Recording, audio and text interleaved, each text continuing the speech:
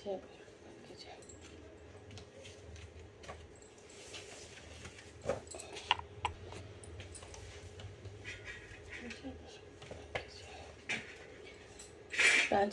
प्राचीन समय की बात है। भारत में एक राजा राज्य करता था। वह बड़ा प्रतापी तथा दानी था। वह नित्य प्रति मंदिर में भगवान दर्शन करने जाता था।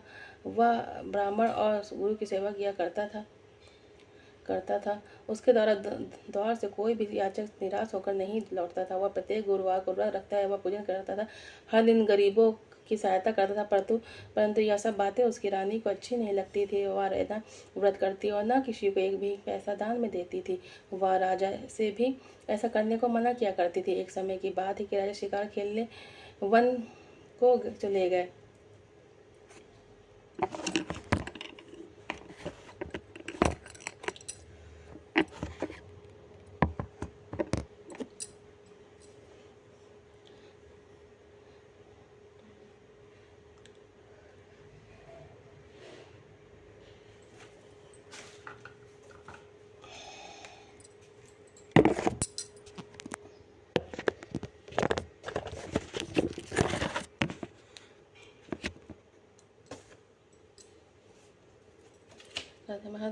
गर्भ सका परंतु इसकी रानी को अच्छी नहीं लगती थी। वह न व्रत करती और न किसी के पैसे दान में देती थी। वह राजा से भी ऐसा करने को मना किया था कि एक समय एक बात है, राजा शिकार खेलने वन को चले गए। घर पर रानी और दासी थी। उस समय गुरु बृहस्पति साधु का रूप धारण कर राजा के दरवाजे भिक्षा मांगने आया। साधु ने रानी से भिक्षा मांगी तो वह कहने लगे, हे साधु महाराज, मैं इस दान पुण्य से तंग आ गई हूँ। इस कार्य के लिए मेरे पतिदेव ही बहुत है। आप ऐसी कृपा करें कि सारा धन नष्ट हो जाए तथा मैं आराम से रह सकूं। साधु रूपी बृहस्पति ने कहा, हे देवी, तुम बड़ी विचित्र हो। संतान और धन से भी कोई दुखी नहीं होता। इसको सभी चाहते हैं। पापी भी पुत्र और धन की इच्छा करता है। अगर तुम्हारे पास धन अधिक है तो भूखे मनुष्यों को भोजन कराओ और प्याव लगवाओ। ब्राह्मणों को दान दो। धर्मशालाएं बनवाओ। कुआं, तालाब, बाग बगीचा आदि का निर्माण कराओ तथा निर्धनों की कुमारी कन्याओं का विवाह कराओ।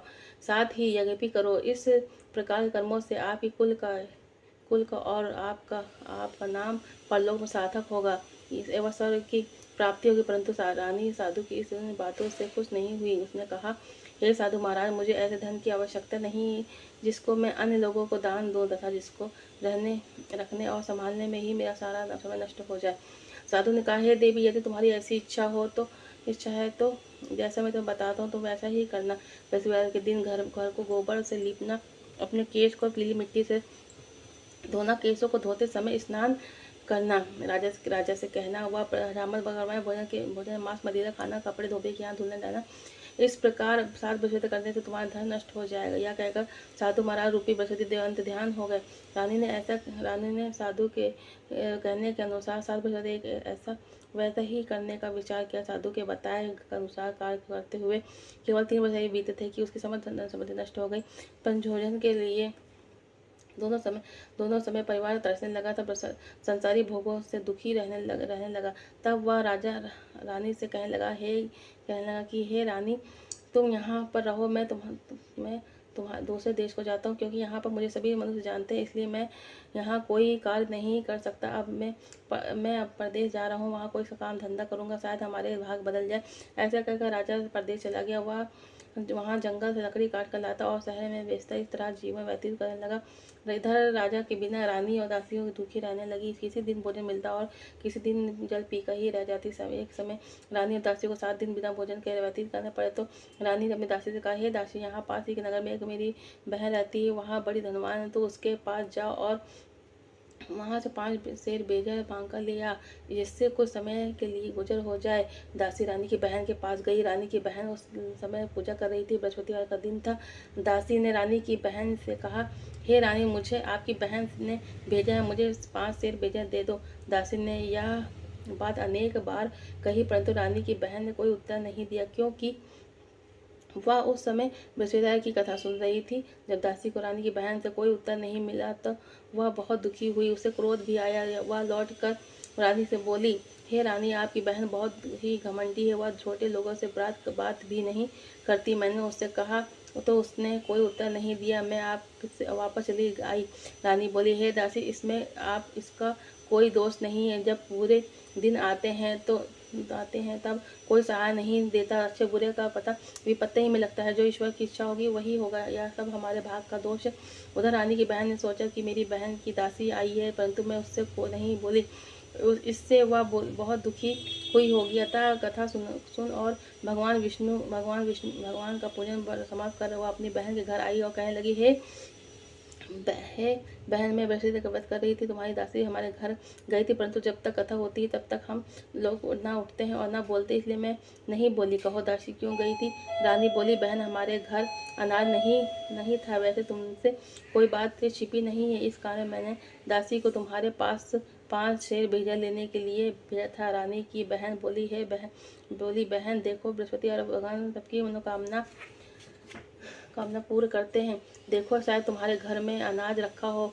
यह सुन दासी के घर के अंदर गई तो वहां उससे एक घड़ा बेजर मुक्का भरा मिल गया। उसे बड़ी हैरानी हुई, क्योंकि उसने एक बर्तन देख लिया था। उसने बाहर आकर रानी को बताया। दासी अपनी रानी से कहने लगी, हे रानी, देखो, जैसे हमको अब जब अन्न नहीं मिलता तो हम रोज इसी व्रत करते हैं। अगर इनसे इस व्रत की विधि और कथा पूछ ली जाए तो उसे हम भी कर लिया करेंगे। दासी के कहने पर रानी ने अपनी बहन से बृहस्पति व्रत के बारे में पूछा। उसकी बहन ने बताया, हे रानी, बहन, बृहस्पतिवार को सूर्योदय से पूर्व उठकर स्नान करके बृहस्पतिवार का व्रत करना चाहिए, लेकिन उस दिन सिर नहीं धोना चाहिए। बृहस्पतिवार के दिन व्रत में चने की दाल और मनक्कों से विष्णु भगवान के केले के जड़ की में पूजन करे तथा दीपक जलावे। उस दिन एक ही समय भोजन करे तथा भोजन पीले खाद्य पदार्थ का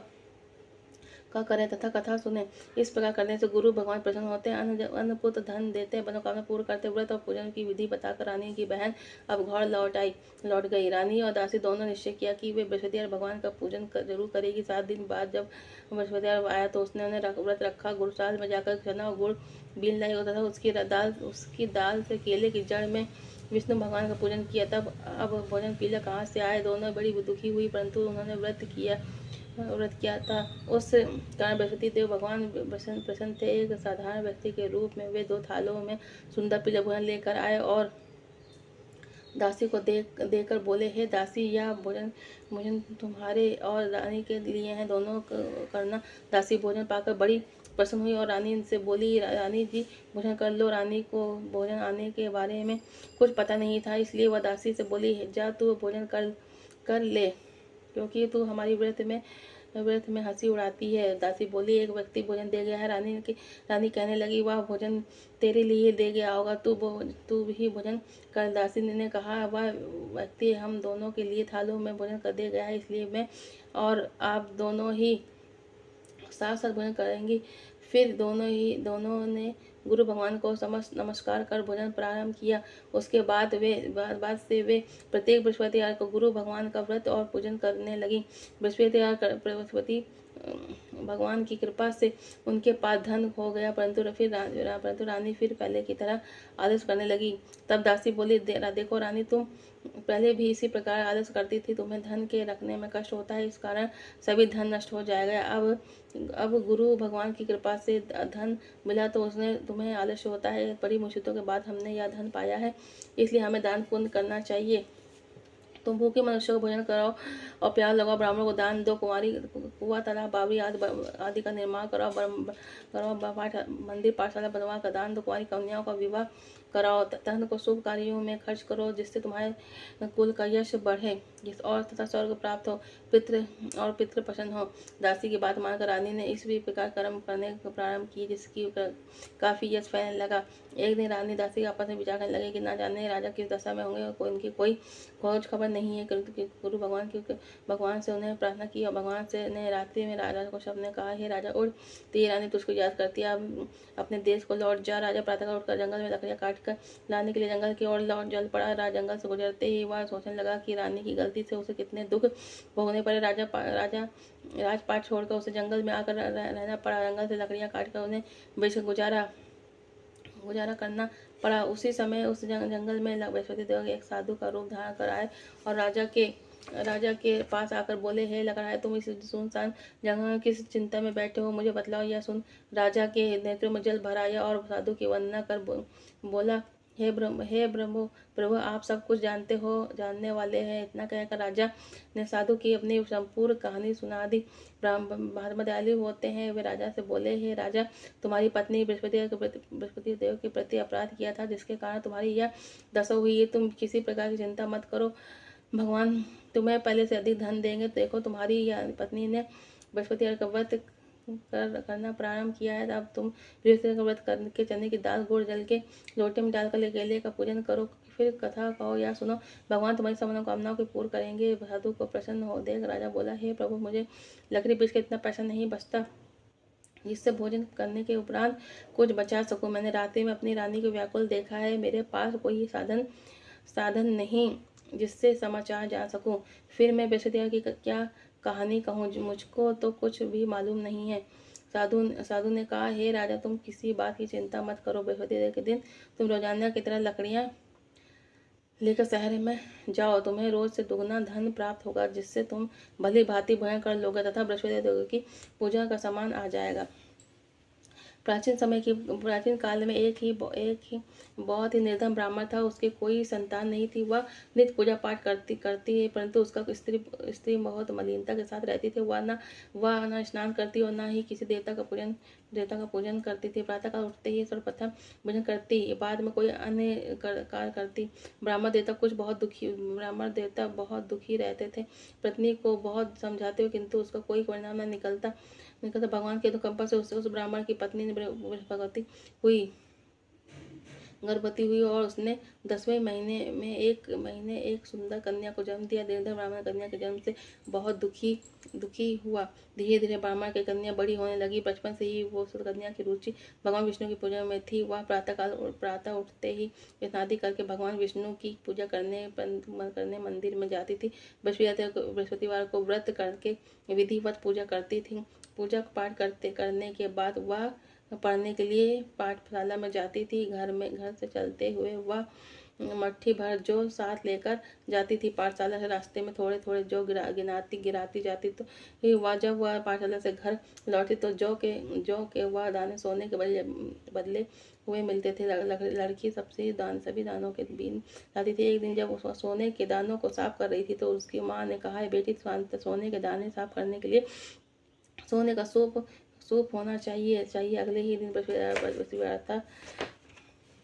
उसने भगवान बृहस्पति की पूजा करते हुए प्रार्थना की, है भगवान, यदि मैंने आपका व्रत विधिवत किया हो तो मुझे सोने का सूप दे दो। भगवान बृहस्पति ने उसकी इस मनोकामना पूर्ण करने का वचन किया। पाठशाला से लौटते समय उसे रास्ते में सोने का सूप पड़ा हुआ मिला। घर लौटकर सोने का सूप अपनी माँ को दिखाकर वह सोने के दाने साफ करने लगी। उसी समय नगर का राजकुमार उसके घर के पास से गुजरा। उस सुंदर लड़की को सोने के सूप में जो साफ करते देख राजकुमार ने उस पर मोहित हो गया। महल में लौटकर राजकुमार ने राजा ने उस लड़की से विवाह करने की इच्छा प्रकट की। तो राजा ने ब्राह्मण को महल में बुलाकर राजकुमार से उसकी लड़की के विवाह की बात कही। ब्राह्मण तैयार हो गया। धूमधाम से उस लड़की का विवाह राजकुमार से हो गया। दुल्हन बनकर ब्राह्मण की लड़की के महल में चली गई। लड़की के चले जाने से ब्राह्मण फिर निर्धन हो गया। उसे कई दिन भोजन भी नहीं मिलता था। बहुत दुखी होकर ब्राह्मण एक दिन अपनी लड़की के पास गया। अपने पिता से निर्धनता का समाचार सुनकर उसने बहुत सा धन देकर पिता की विदा किया। उस धन से ब्राह्मण ने कुछ दिन तो आराम से गुजर गए, लेकिन जल्दी ही फिर भूखे मरने की हालत हो गई। बड़ा अपनी लड़की से धन लेने के लिए फिर महल पहुंचा। लड़की ने पिता की बुरी हालत देखकर कहा, पिताजी, आखिर आप कब तक मुझसे धन लेकर जीवन यापन करेंगे? आप कोई ऐसा उपाय क्यों नहीं करते जिससे आपका घर धन संपत्ति से भर जाए? ब्राह्मण ने कहा, मैंने तेरी माँ को बहुत समझा लिया, पर उसकी समझ में कुछ नहीं आता।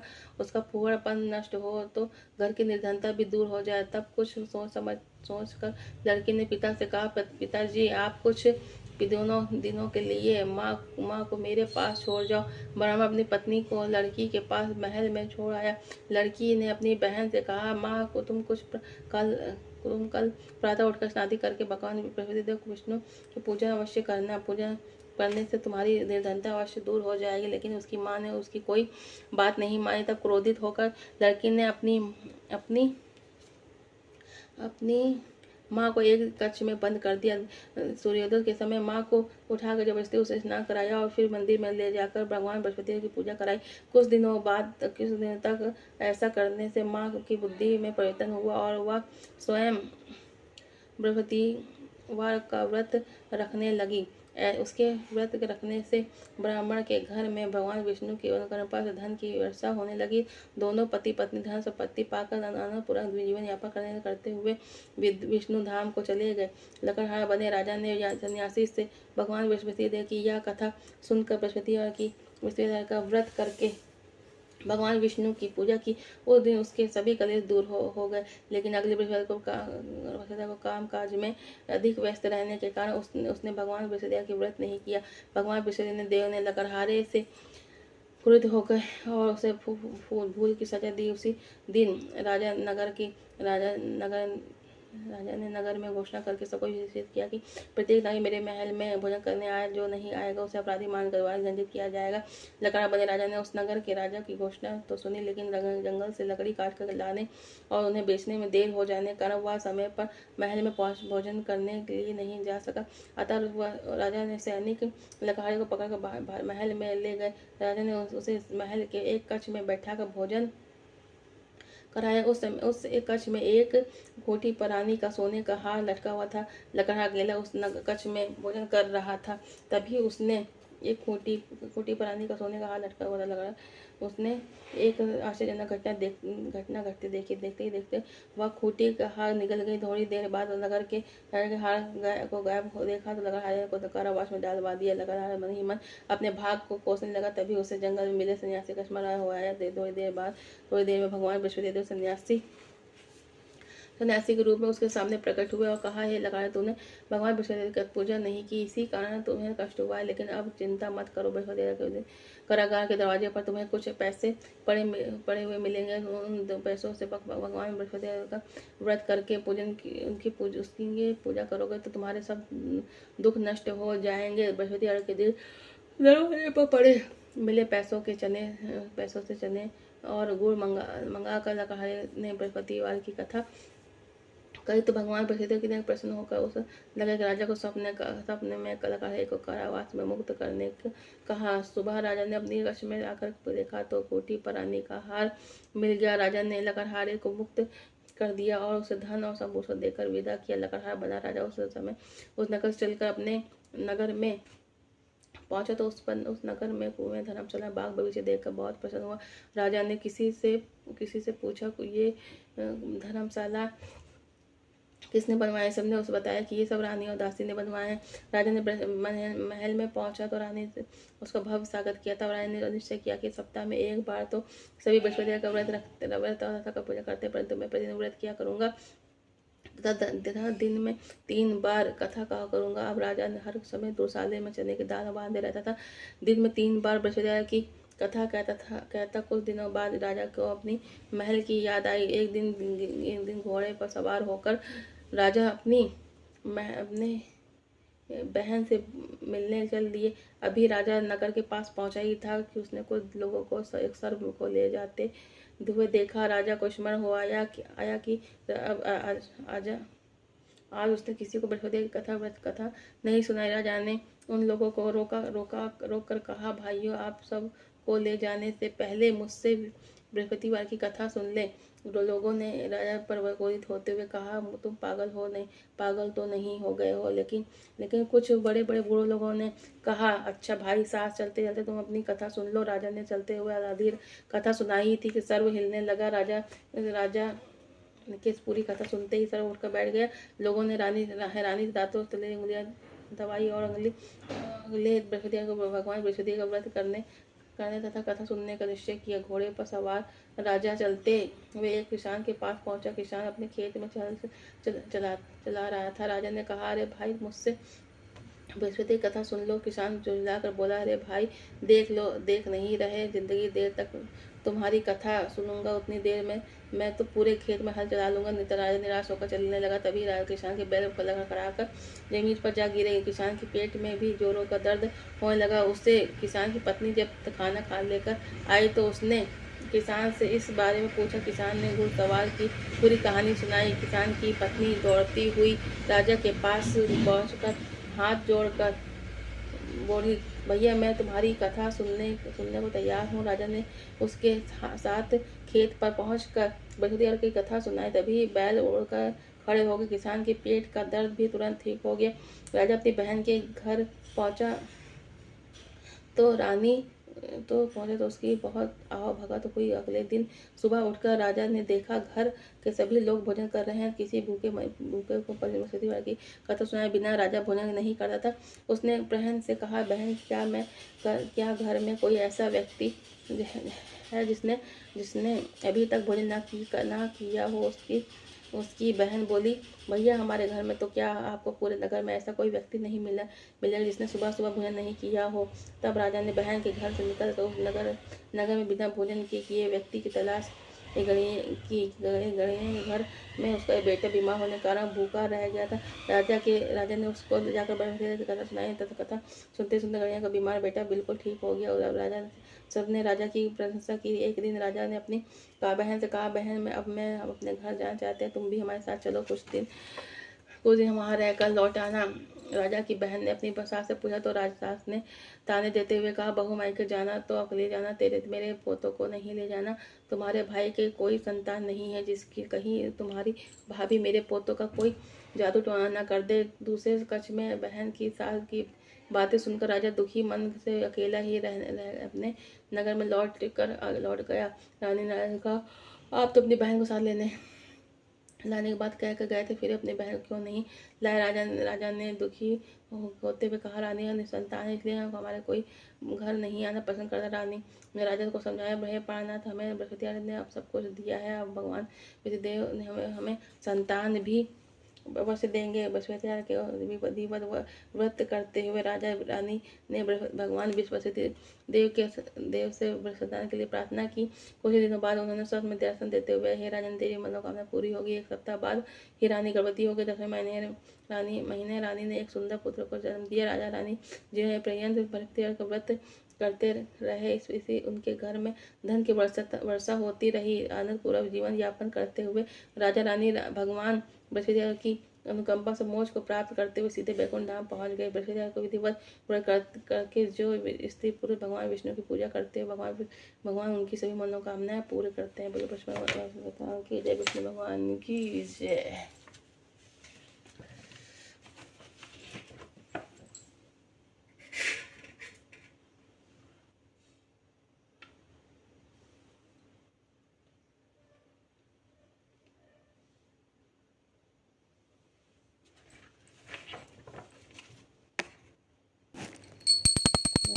देव सकल मनोरथ दायक सब संचय हारे विषय विकार मिटाओ संतन सुखकारी। ओम जय बृहस्पति देव। जो कोई आरती प्रेम सहित गावे, आनंद कर सो निश्चय पावे। ओम जय बृहस्पति देव। बृहस्पति देव